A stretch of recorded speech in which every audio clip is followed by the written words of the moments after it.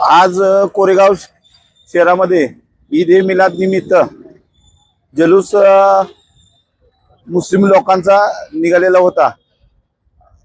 त्या जलूसाचे स्वागत करताना आम्ही मौलानांचे हार घालून स्वागत केलं व मुस्लिम बांधवांना पाणी वाटप केलं। महाराष्ट्र राज्याचे उपमुख्यमंत्री एकनाथजी शिंदे साहेब, जिल्ह्याचे पालकमंत्री शंभूराज देसाई व सातारा जिल्ह्याचे संपर्क प्रमुख शरद कनसे यांच्या वतीनं मुस्लिम बांधवांना शुभेच्छा दिल्या। बोला, तुम्ही बोला। बोला। आज ईद ए मिलाद या निमित्त कोरेगाव शहरातून मुस्लिम बांधवांनी जलूस काढण्यात आला होता।